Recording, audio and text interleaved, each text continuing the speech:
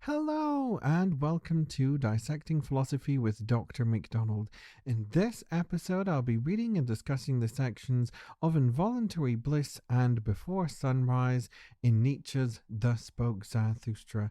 And I also have a discussion of the film Silver Linings Playbook and a 7-Up advertisement from the 1950s to accompany the sections. And before we get started reading for this episode, I'd like to thank my first Patreon subscriber, Pink Gummy, for subscribing up to the Patreon page. So let's get started with the Nietzsche. Of Involuntary Bliss. With such riddles and bitterness in his heart did Zarathustra fare across the sea. When he was 4 days' journey from the blissful islands and from his friends, however, he had overcome all his pain. Triumphantly and with firm feet he again accepted his destiny. And then Zarathustra spoke thus to his rejoicing conscience: I am again alone, and willingly so, alone with the pure sky and the open sea, and again it is afternoon around me. It was afternoon when I once found my friends for the first time. It was afternoon, too, when I found them a second time, at the hour when all light grows stiller. For whatever happiness that is travelling between heaven and earth now seeks shelter in a luminous soul. With happiness all light has now grown stiller. O afternoon of my life! Once my happiness too climbed down into the valley to seek a shelter. There it found these open, hospitable souls.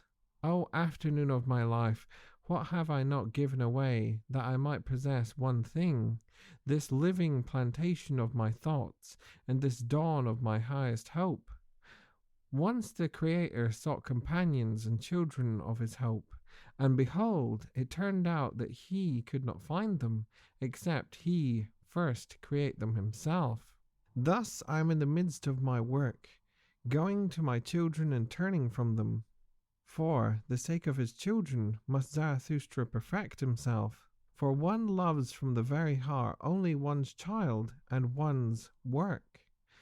And where there is great love of oneself, then it is a sign of pregnancy. Thus have I found.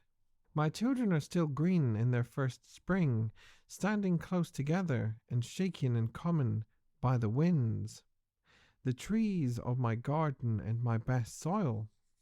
And truly, where such trees stand together, there blissful islands are. But one day I will uproot them and set each one up by itself, that it may learn solitude and defiance and foresight. Then it shall stand by the sea, gnarled and twisted, and with supple hardiness, a living lighthouse of unconquerable life. Yonder, where storms plunge down into the sea, and the mountain's snout drinks water, there each one of them shall one day keep its day and night watch for its testing and recognition. It shall be tested and recognized to see whether it is of my kin and my race, whether it is master of a protracted will, silent even when it speaks, and giving in such a way that in giving it takes, that it may one day be my companion and my fellow creator and fellow rejoicer of Zarathustra, such a one as inscribes my will upon my tablets, for the greater perfection of all things. And for its sake, and for those like it, must I perfect myself. Therefore I now avoid my happiness, and offer myself to all unhappiness for my ultimate testing and recognition. And truly it was time I went, and the wanderer's shadow, and the longest sojourn, and the stillest hour, all told me it is high time. So starting off the section, then we have Zarathustra reflect upon himself and his own actions for what's happened previously in the story, from all his going up into the mountains and coming back down again, and what is exactly Zarathustra wanting in all of this, for his own ideas to be accepted and appreciated by other people, and for others to ultimately grasp onto it. However, each given time, there's always been that back and forth between Zarathustra and everyone else. And there's always been that sort of critical analysis and critical eye upon the general populace as a whole, in Nietzsche's concept of herd mentality and the whole problems with that as well. However, we have a nice sort of summary of all that, and also Zarathustra reflect upon, well, what is exactly the problem here? Why are people not accepting of my ideas? What exactly is wrong? And it goes into that whole point. Is it them or is it me? And he doesn't take the immediate supposed response of saying, well, therefore it has to be other people that's at fault.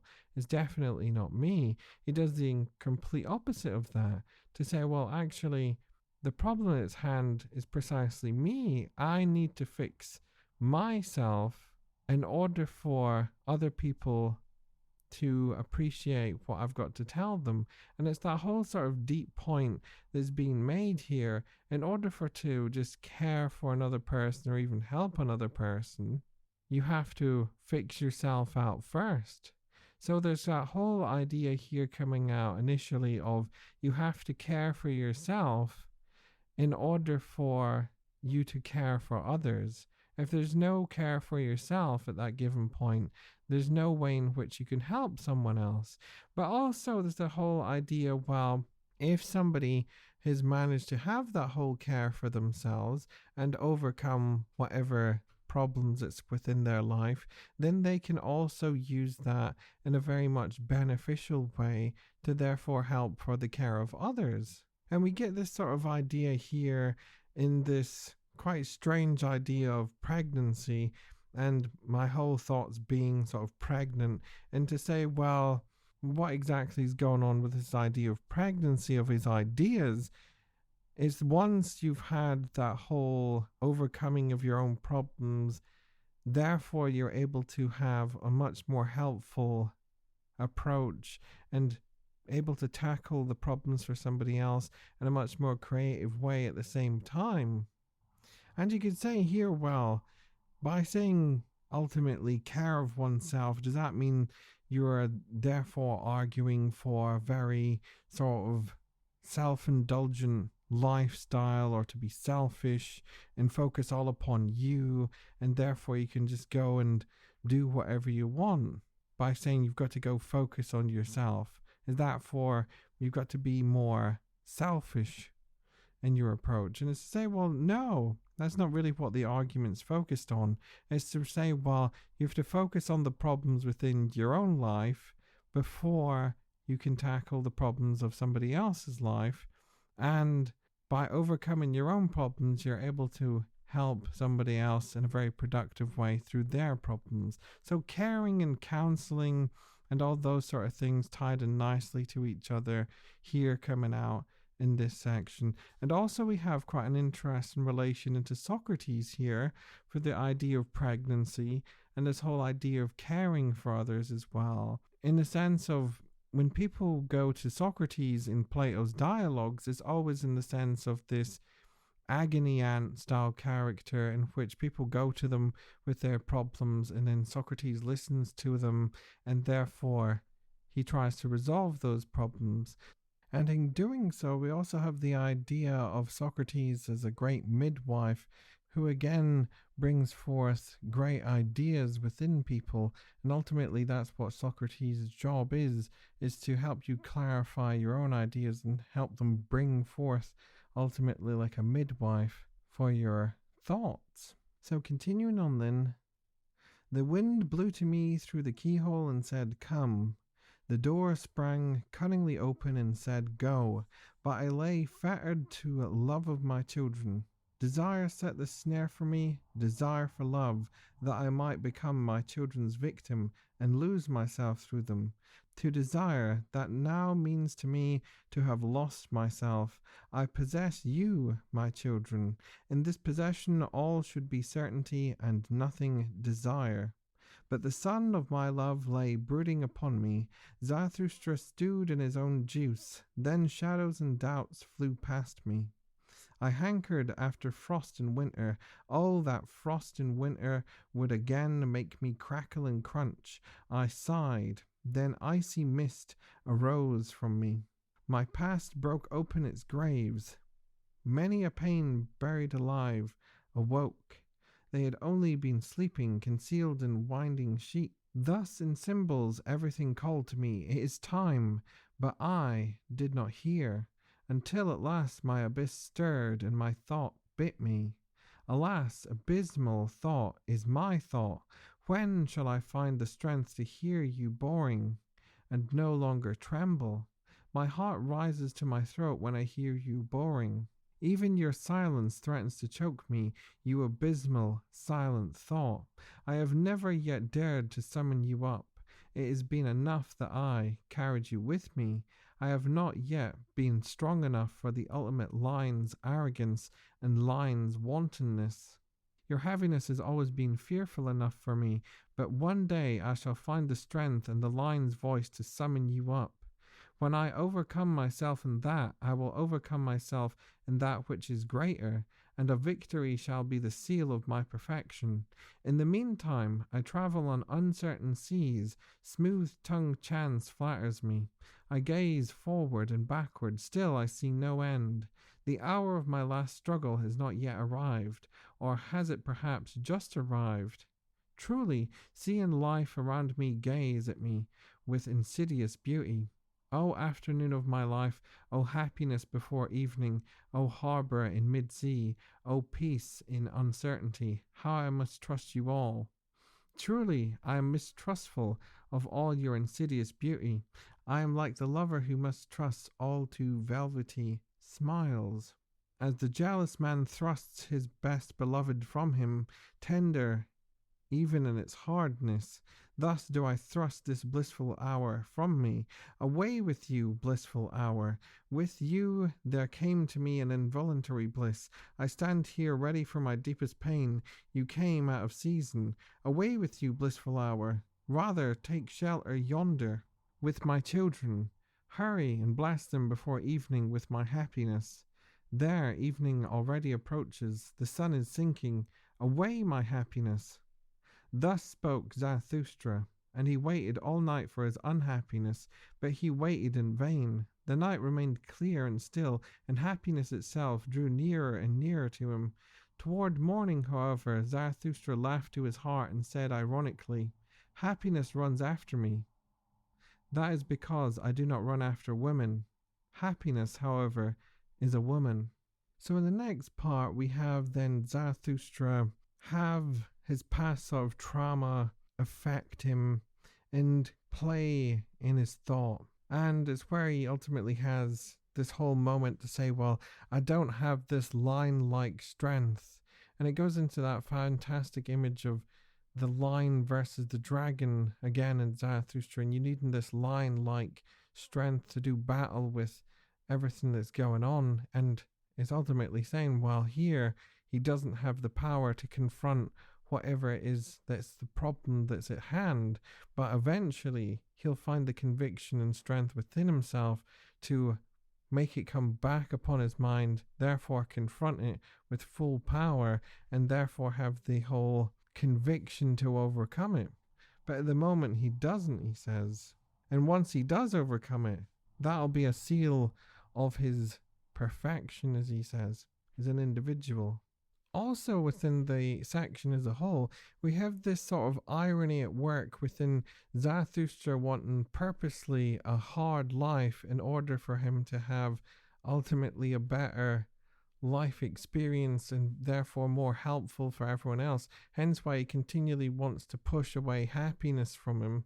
And then there's this ironic situation in where happiness therefore chases after him, and happiness will be the involuntary bliss that's always going to be there, and that whole back and forth between wanting to be miserable, wanting to ultimately be depressed and in a horrible state.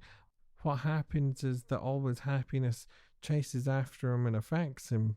And it's at that really point to say, well, it's the little things that Nietzsche's wanting us to focus on here. It's the little things and all the involuntary things that happen on a daily basis and within our lives, and all the little things that can ultimately provide us happiness in those little momentary aspects of bliss that happen. Just suddenly your partner making you a nice cup of tea, or having done the dishes, or just something unexpected happens in a good way.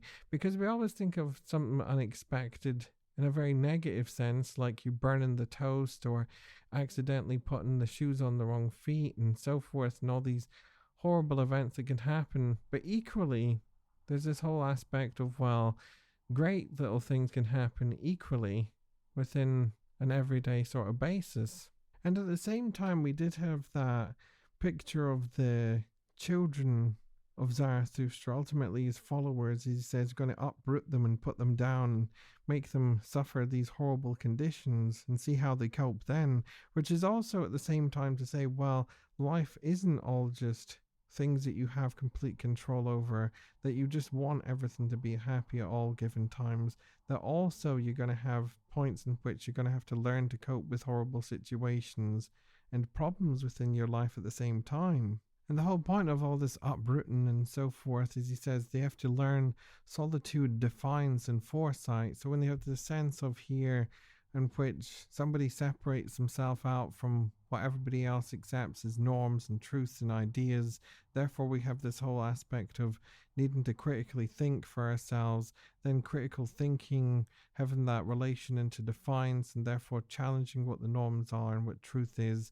and therefore having that relation then into the last part of having foresight, because it's arguing for what's going to be needed in the future from the problems that you can identify therefore in the present. And then rounding off the section, we have the line, happiness runs after me. This is because I do not run after women. Happiness, however, is a woman.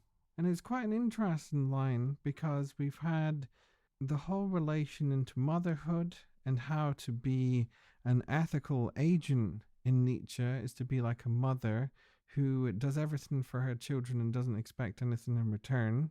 And then we also had the much more critical aspects about women that Nietzsche highlights about in the previous sections as well. But interestingly enough, here is that relation to say, well, happiness is a woman, which is quite interesting as well in and of itself as a statement, because I think we've got to focus on Zarathustra himself within this given section. And what does Zarathustra want at this given point is that he wants to become more confident and self-assured, and therefore he can become more woman-like, in inverted commas, because then he can become pregnant with ultimately ideas and therefore be able to help other people. And that's that whole idea of self-assuredness, confidence, conviction, and belief in your own thoughts that then plays into the whole aspect about happiness as well. And I think as well, just to round off this section, we could say, well, it could just be a partner in general doing that little momentary bliss aspect of making you happy, especially when you want to stew in your own juices, as it says, within your own sadness or whatever is going on, and then suddenly someone else comes in and just brightens up your day. And I think that's really what the whole point is that you can try and stew in your juices and try to be miserable as much as you want, but in will pop another person, and then in will pop in basically all that joy, whether you wanted it to happen or not. And so a great movie example for this section, I thought, was the film Silver Linings Playbook from 2012, starring Bradley Cooper and Jennifer Lawrence. And there's a great wee discussion about the film and its relation to counseling and therapy from the website ct.counceling.org. and is the website Counceling Today, a publication of the American Counseling Association. The article itself is called Counseling Goes to the Movies by Bethany Bray, and this is a little bit about Silver Linings Playbook. So it says here, in the 2012 movie Silver Linings Playbook, a person with a mental health condition interacting with another doesn't always equal disaster. Sometimes it might just equal healing. Pat, played by Bradley Cooper, is a recovering bipolar disorder patient who formerly snapped at the sight of his wife cheating on him with a colleague. Tiffany, played by Jennifer Lawrence, is a widow who engages in a melody of sexual behaviors at work in order to deal with the loss of her husband. What happens next is a hilarious alloy of confusion, unexpected turns, and miraculous discoveries. Tiffany's blunt but humane sincerity pulls Pat out of his obsession to continue a marriage that doesn't exist anymore, while Pat gives Tiffany back an old dream by being her partner in a dance competition. The two eventually dance their way into a renewed vision of life. Despite skepticism of the story's feasibility, the take-home message is that hope, courage, and faith in the progression of life can be great pillars in promoting mental health recovery. Beyond that, they can bring more authentically to our lives and show that the human experience is no easy endeavor, therefore removing the stigma still present in the world of mental health today. And so it's a great movie to illustrate the section in Zarathustra as well, because we have that whole relation into sorting out our own lives and problems within our own lives and potentially mental health problems at the same time. And within the movie we have that fantastic back and forth between Bradley Cooper's character and Jennifer Lawrence's character, both going through their own problems, and by coming together they fantastically manage to solve the problems within their own lives in a very positive and constructive way. And so we have that nice relation into Zarathustra himself sort of saying, well, I need to perfect myself. And what's so great about that is that whole relation back into companionship and friendship that sort of comes out within the section of friends. And then the whole aspect of therefore therapy as well, and companionship and friendship being incredibly therapeutic for us. And once we have all that, then we're able to have a very positive and constructive approach for ourselves and for other people simultaneously. So it's that whole aspect of that. Not only are we helping ourselves, but also we're helping others, and therefore we have that great relation between Bradley Cooper and Jennifer Lawrence within the film, illustrating that. Moving on to the next section then. Before sunrise. O sky above me, O pure deep sky, you abyss of light. Gazing into you, I tremble with divine desires, to cast myself into your height. That is my depth. To hide myself in your purity. That is my innocence. The God is veiled by his beauty. Thus you hide your stars. You do not speak. Thus you proclaim to me your wisdom. You have risen for me today, mute over the raging sea. Your love and your modesty speak a revelation to my raging soul, that you have come to me, beautiful, veiled in your beauty, that you have spoken to me mutely, manifest in your wisdom. Oh, how should I not divine all that is modest in your soul? You came to me before the sun, to me the most solitary man. We have been friends from the beginning. We have grief and terror and world in common. We have even the sun in common, but we do not speak to one another because we know too much. We are silent together. We smile our knowledge to one another. Are you not the light of my fire? Do you not have the sister soul of my insight? Together we have learned everything. Together we have learned to mount above ourselves to ourselves and to smile uncloudedly. To smile uncloudedly down from bright eyes and from miles away, when under us compulsion and purpose and guilt stream like rain. And when I wandered alone, what did my soul hunger after by night and on treacherous paths? And when I climbed mountains, whom did I always seek, if not you, upon mountains? And all my wandering and mountain climbing, it was merely a necessity and an expedient of clumsiness. My whole will desires only to fly into you. And what have I hated more than all passing clouds and all that defiles you? And I have hated even my own hatred because it defiled you. I dislike the passing clouds, these stealthy cats of prey. They take from you and from me what we have in common, the vast and boundless declaration of yes and amen. We dislike these mediators and mixers, the passing clouds, these half and halfers who have learned neither to bless nor to curse from the heart. I would rather sit in a barrel under a closed sky rather than sit in an abyss without a sky, than see you, luminous sky, defiled by passing clouds. And often I have longed to bind them fast with jagged golden wires of lightning, so that I, like the thunder, might drum upon their hollow bellies, an angry drummer, because they rob me of your yes and amen. O sky above me, you pure sky, you luminous sky, you abyss of light, because they rob me of my yes and amen. For I would rather have noise and thunder and storm curses than this cautious, uncertain, feline repose. And among men too, I hate most all soft walkers and half and halfers and uncertain, hesitating, passing clouds. And he who cannot bless shall learn to curse. This clear teaching fell to me from the clear sky. This star stands in my sky even on dark nights. I, however, am one who blesses and declares yes, if only you are around me, you pure luminous sky, you abyss of light. Then into all abysses do I carry my consecrating declaration, yes. So kicking off the section, we have Zarathustra have a discussion with and talk about ultimately this rising sun and talk about the qualities of the sun itself and its sort of divine properties and so on.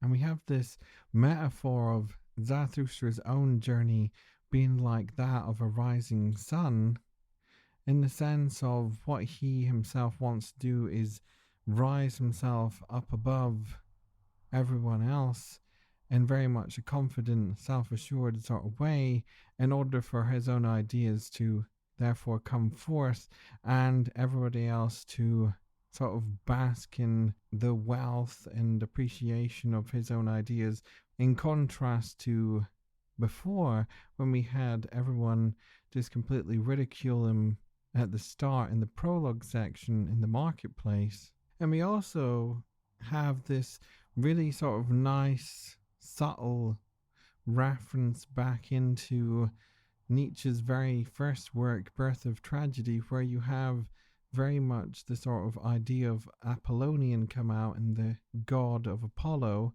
in ancient Greek mythology here, because the Greek god Apollo is precisely one of his many attributes is god of the sun, and therefore also god of reason and also healing into all this mix as well. So what do I seek every time I come up into the mountains is that I seek you, but also when I seek to go up into the mountains, ultimately I'm therefore wanting to become wiser and wanting to reflect upon things in a much deeper way in a solitary fashion, so my mind doesn't get clouded by anybody else's judgments and I could start to think for myself. And it's sort of this whole idea of developing your own ideas, thinking for yourselves, having your own belief in what you're saying that's really coming out strong at the very start, because then we have, in contrast to that, the whole idea of passing clouds and Zarathustra hating the idea of passing clouds, because what the ultimately passing clouds mean is an opinion that will vary and change and be half and half, as he says, or wishy-washy is another way of putting it, ultimately without conviction and without belief 100% in what somebody's saying. So, kicking off the whole first half of the section, we have Zarathustra sort of in admiration of the sun and its qualities, sort of to be in that proudly shining for who exactly it is, because Zarathustra wants to be like that individual as well, who is very much self-confident and self-assured about their own opinions and doesn't want to ultimately be like a passing cloud that'll change and therefore be without any strong conviction in what their own view is. So continuing on then, I have become one who blesses and one who declares yes, and for that I have wrestled long and was a wrestler, so that I might one day have my hands free for blessing. This, however, is my blessing, to stand over everything as its own sky, is its round roof, its azure bell, and eternal certainty, and happiness is he who thus blesses. For all things are baptized at the fount of eternity, and beyond good and evil themselves, however, are only intervening shadows and damp afflictions and passing clouds. Truly, it is a blessing and not a blasphemy when I teach. Above all things stands the heaven of chance, the heaven of innocence, the heaven of accident, the heaven of wantonness. Lord Chance, he is the world's oldest nobility, which I have given back to all things. I have released them from servitude under purpose. I have set this freedom and celestial cheerfulness over all things like an azure bell, when I taught that no eternal will acts over them and through them. I set this wantonness and this foolishness in place of that will, when I taught, with all things one thing is impossible, rationality, a little reason to be sure, a seed of wisdom, scattered from star to star. This leaven is mingled with all things, for the sake of foolishness is wisdom mingled with all things. A little wisdom is no doubt possible, but I have found this happy certainty in all things, that they prefer to dance on the feet of chance. O sky above me, your pure, lofty sky, this is now your purity to me, that there is no eternal reason, spider, and spider's web in you, that you are to me a dance floor for divine chances, that you are to me a god's table for divine dice and dicers. But are you blushing? Did I say something unspeakable? Did I slander you when I meant to bless you? Or is it the shame of our being together what makes you blush? Are you telling me to go and be silent because now day is coming? The world is deep, and deeper than day has ever comprehended. Not everything may be spoken in presence of day, but day is coming, so let us part. O sky above me, you modest glowing sky, O you, my happiness before sunrise, day is coming, so let us part. Thus spoke Zarathustra. So we have then, in the second half of the section, this whole affirmation and yes that's wanting to be declared by Zarathustra. And so it goes into the whole argument there that he says, one of my teachings is that he who cannot bless will learn to curse. So it's that whole aspect of the world itself is to life affirm basically the world. Because if we don't affirm the world, then we'll learn to curse it and see everything horrible in it, and therefore have a completely negative view of things in the world, and therefore try to control and determine everything that happens in order for those horrible things not to happen. And then it goes into the whole aspect of chance. To affirm life and to have this whole yes saying towards life is to have the acceptance of novelty and the acceptance of chance. Everything is a dice throw ultimately, and we have no great control or power over situations in a given way at all given times. Sometimes life just throws you a curveball, ultimately Nietzsche is saying here, and that sure we can try and prepare ourselves for things to happen, but we can never fully have control over all given situations at all given times. Because if we could, then it would make us ultimately God, and we're not God. Far from it, in fact. So by saying yes and having a much more life-affirming view of things, we bless the world rather than curse it. And this is one way in which Nietzsche is making us think on a deeper level here of, well, the people who have cursed the world are people who have tried to ultimately go into a whole spirituality focused upon metaphysics, death, the afterlife, and so on. Why have they done this? Because they've not affirmed life itself and novelty and chance. That's what an aspect of life is. The dice throw. And then we have a fantastic relation into a criticism of wisdom to say, well, good and evil are things that we think are pure, as he says, absolute things, but they're very much passing clouds because at one given period in time, our idea of what something good is will ultimately change. And the same idea for what we think for bad things. They're not fixed entities that are always going to be absolute. They're very much ideas of passing clouds. And the same idea as well for wisdom. When we think, oh, we have a very incredibly wise person, that may be so in a given time period, but that wise person may show to be a complete idiot later on down the line because new knowledge has emerged, advances have been made, and it's shown that the previous way that we understand the world's completely wrong. Hence why we have this nice sort of contrast in the section here.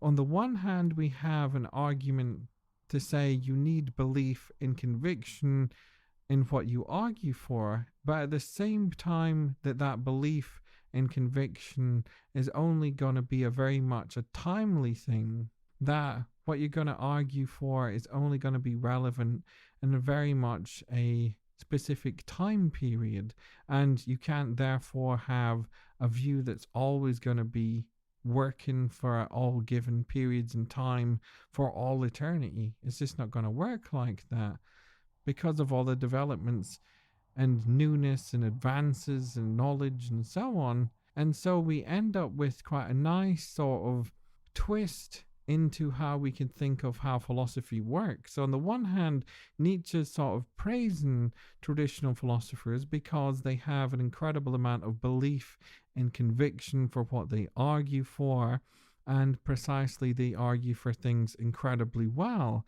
I mean, that's the whole point about all the classics that you go look at, whoever it is, Descartes, Plato, Hegel, Kant, and just the list goes on. Everybody is all fantastic in the way that they argue for it because they have that belief and conviction. Nietzsche's not taking that away from anybody. He says everybody needs that level of belief and conviction. The problem that we have is within these great structures that are argued for, at least within traditional philosophy, is what they argue for is to ultimately then create timeless models that are always going to be perfect for us in order for us to always arrive at absolute certainty and truth. And Nietzsche is saying, well, here, well, we can't really have that because what is the thing that throws the spanner in the works? What's the thing that stops these models from working? Why is it so problematical? Why do we always need another person to come along and fix it, and then another one to come along and fix the other one's problems, and so on and so on? Why do we always lead into this whole needing to continually fix everybody's problems out? Is because of all those continual advances in knowledge, continual different viewpoints that we have, that continual flux. And that's not a bad thing. Flux is not a bad thing because that's also what's argued in the negative, at least traditionally within philosophy. The very idea of change is a negative thing because it's hitting against this whole idea of permanence. Because if we have a permanent structure, at least traditionally, then we'd always be able to arrive at certainty. But of course, the contrast to that and the counter argument is to say, well, sure, this may work at a given time period now, and this doesn't take away from the importance of such and such a person like Descartes or Plato creating these models in the first place, but it's just not going to always work because change is a very positive thing for our knowledge, and development is a very positive thing for our knowledge, because if we didn't have change and development, then would be precisely couldn't advance any further, and we'd hit continually brick walls all the time. And the whole purpose of how we think is precisely to overcome those walls, overcome the hurdles that's thrown in front of us, solve problems, and precisely identify problems within those given structures of knowledge that are meant to be perfect and work. And I've managed to find quite a fun example as well for how our ideas change over time. And this one is in relation to our idea of fizzy drinks or soda drinks as having been previously thought to be healthy for us, in comparison to now that we know that it's in fact unhealthy because of the amount of sugar that you have in them as well. So in the 1950s, there's quite a fun advertisement here on the website adage.com, and the article is Rewind 50s Era 7-Up Campaign Depicted Soda Guzzling Babies, and it's by Rupal, Parekh. And it's quite a nice little baby meant to be having a drink of a bottle of 7-Up. And this is what the advertisement from the 50s says as well. This young man is 11 years old, and he isn't our youngest customer by any means, for a 7-Up is so pure, so wholesome, you can even give it to babies and feel good about it. Look at the back of a 7-Up bottle. Notice that all our ingredients are listed. This isn't required of soft drinks, you know, but we're proud to do it, and we think you're pleased that we do. By the way, Mom, when it comes to toddlers, if they like to be coaxed to drink their milk, try this. Add 7-Up to the milk in equal parts, pouring the 7-Up gently into the milk. It's a wholesome combination, and it works. Make 7-Up your family drink. Could you imagine that? A poor little baby having to go through the horror of trying to drink 7-Up in their little milk. So it's that whole idea then we have in the 50s of taking soda drinks to be healthy, and so healthy in fact you can give it to a little poor and suspecting child mixed in with their milk. But obviously now we know in fact that fizzy drinks are unhealthy for us, especially for consuming large amounts of them, and they're also be part of what they call now in nutritional terms of a balanced diet and so on. And certainly we shouldn't be giving them to babies or toddlers whatsoever. So overall, a couple of interesting sections, with Involuntary Bliss arguing for the necessity of caring for ourselves, and by caring for ourselves we're able to care for others in a much better and productive way. And then for the section before sunrise, we have the argument we need good, strong, firm conviction and belief, and also the fact that those beliefs and convictions are not always going to be correct, and eventually over time they're going to be overthrown. Many thanks for listening to the episode. I hope you enjoyed my discussion of the sections of Involuntary Bliss and of Before Sunrise in Nietzsche's Thus Spoke Zarathustra. Feel free to check out my Patreon at patreon.com/dissectingphilosophy. Also, feel free to drop me an email at my address dissectingphilosophy@gmail.com, and I can be also found on Twitter at I am a rubberman. Many thanks for listening, and I hope you'll join me next time.